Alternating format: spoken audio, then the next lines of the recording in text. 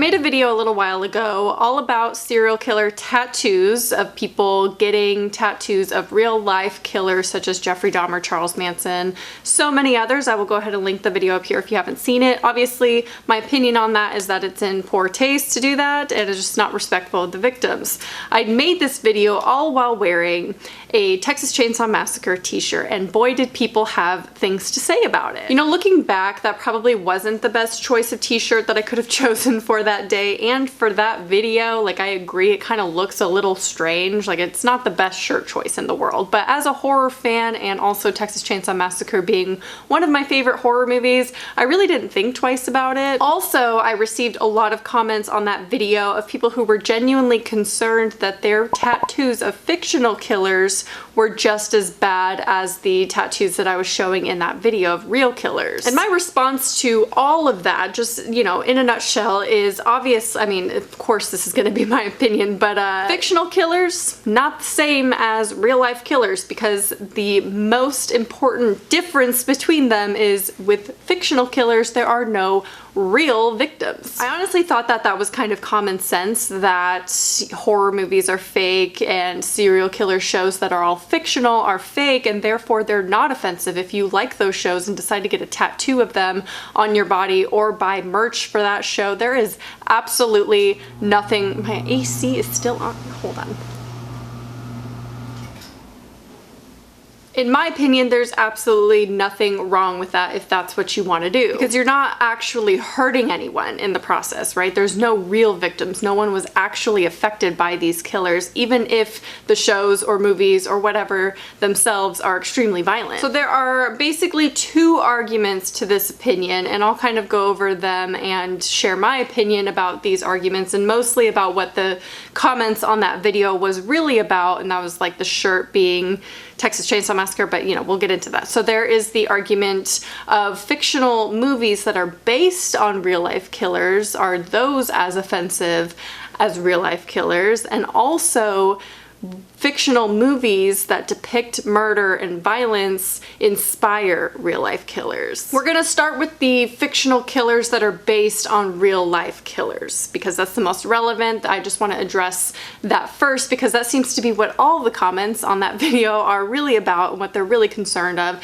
and people thinking that I'm just as bad as the people I'm talking about in that video because I was wearing a Texas Chainsaw Massacre t-shirt. So Texas Chainsaw Massacre, the movie, the original, starts off with based on true events. But if you do further research, there was no Texas Massacre, right? And Leatherface is loosely based on Ed Gein. So what is depicted in the movie of Texas Chainsaw Massacre, to me, is not offensive to the victims of Ed Gein, because it is not a recreation of his murders. It is not a recreation of him himself as a person in this movie as a character, if that makes sense. So as a horror fan, sometimes it's really hard, because there's a fine line between liking horror and all the dark stuff, even if it's based in reality. Sometimes we like that, we like true crime, but then there's the other aspect of respecting the actual events and knowing that this isn't just entertainment, or at least it shouldn't be just entertainment to us, because people were actually affected by this person and by these events. But I think if a movie is based on a killer but it's not an actual replication of the murders, the events, or the person, then it's not as offensive, because they're not recreating the crimes, they're not showing the murders of the victims or anything like that. So it's just a plain fact that many movies and works of art are based in real life tragedy. There's so many movies that I can name that you probably wouldn't associate with real life tragedy, because it's not a direct depiction of that event or tragedy. There is a way to portray or be inspired by real life horror and make it fictional and not be offensive to the original people who were affected by the real life tragedy. So for me, the biggest factors when it comes to is this offensive, which of course this is always going to be based on your personal opinion. If you find something offensive, you're completely entitled to feel that way. I'm not here to say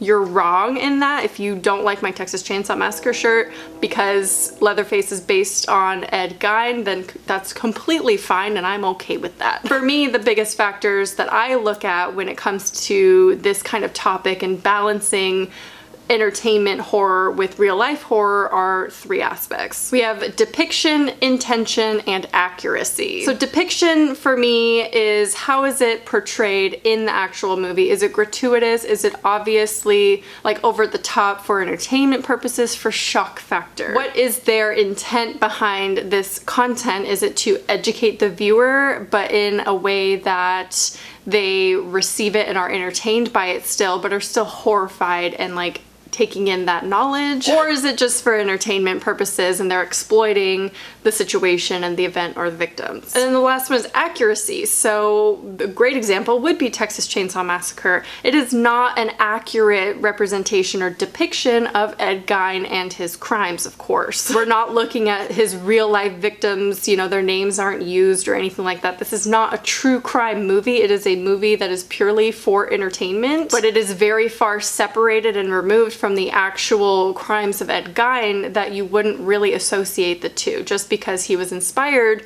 by Ed Gein does not mean it is a documentary style depiction of what actually happened. So those are the three things that I kind of base my own opinion on, and I can get a little hypocritical, and I'm gonna incriminate myself just a little bit for the sake of this video, because I think it's important that we talk about it and we call out ourselves and we admit to our own faults. And I think the best example for these three things that I kind of gauge on real life events is Chernobyl and Chernobyl Diaries. So Chernobyl Diaries was released a while ago and I really enjoyed the movie, right? And it had some controversy behind it because it is obviously kind of exploiting what happened in Chernobyl with the reactor explosion and making it for entertainment purposes for this movie. And obviously I guess I'm gonna spoil the movie a little bit because it really doesn't matter, but they're depicting the enemy or like the antagonist in the movie as like these zombie mutants that are affected by the radiation from the Chernobyl reactor.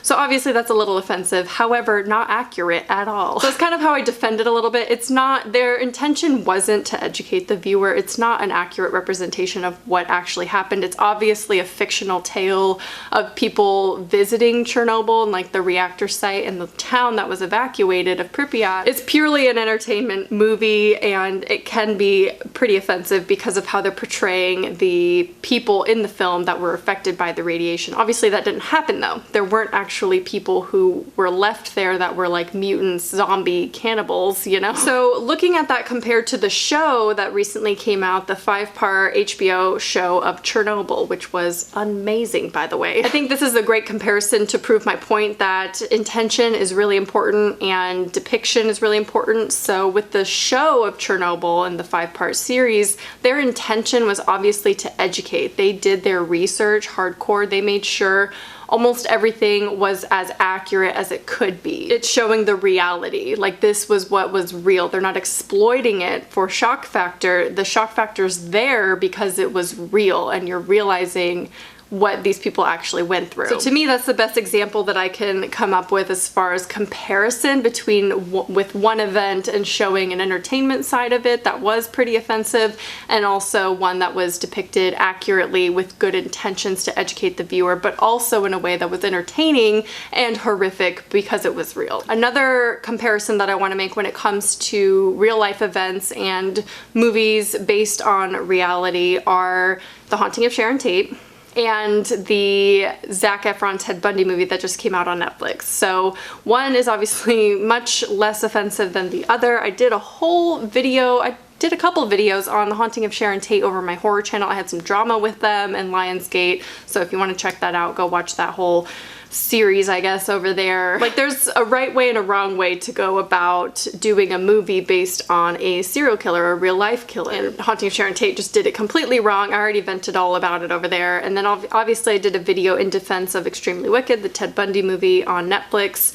because I think that they portrayed it in a right way because it was from the eyes of his girlfriend. So to me, it didn't come across as exploitative, misrepresenting the victims and his crimes and things like that. Although they could have put in more detail in the way that Chernobyl did, as far as it's horrifying because it's real, like putting in a little bit more reality to make sure that we understand the gravity of the situation. So I think the topic of movies that are based in reality or based on real life killers being as offensive as the real life killers, and like, I just don't agree with that, although it is more of a gray area. I don't think it's as black and white, because it really does come down to the depiction, accuracy, and intention, of course, of the movie. But as horror fans, sometimes we want that shock factor for entertainment purposes without exploitation of the victims. So it is kind of a balancing game, although I think if you like change enough of the details like they did with Texas Chainsaw Massacre, I think then it's not offensive because there's no real victims in that movie, right? And ultimately the movie is so far off from Ed Gein, it's so fictionalized that there's really nothing offensive about it unless you just don't like the violence in it. Which, on that note, let's get into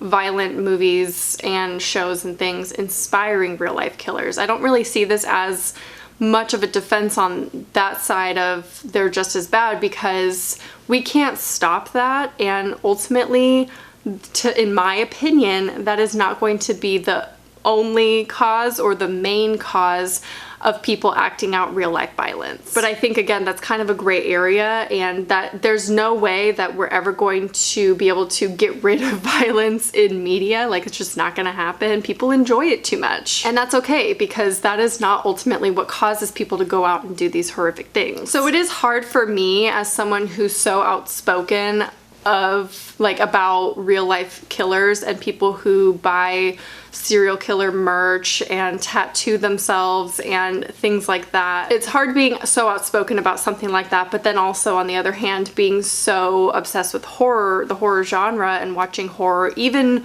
those movies and shows that are based on real life horror. It's a hard balance for me, because obviously I want the movies to be respectful of the actual victims, and I don't want it to become offensive to anyone else, but it's like a hard balancing game, right? And I think that video was like the perfect representation of my struggle, wearing a Texas Chainsaw Massacre shirt and then having everyone come at me because I'm talking about how bad serial killer tattoos are. But in my opinion, they're not the same. Like, they're not even close to being the same. Just because Leatherface was based on Ed Gein does not mean that I support Ed Gein or idolize him or look up to him because I'm wearing merch of Texas Chainsaw Massacre, if that makes sense. But I just felt bad that so many people were so concerned that their tattoos were offensive because they're fictional killers. But to me, that doesn't make any sense. If they're fictional, there's no one to offend. There's no families of the victims, there's no victims themselves. Like, there's literally none. They're all fictional, like everything about it.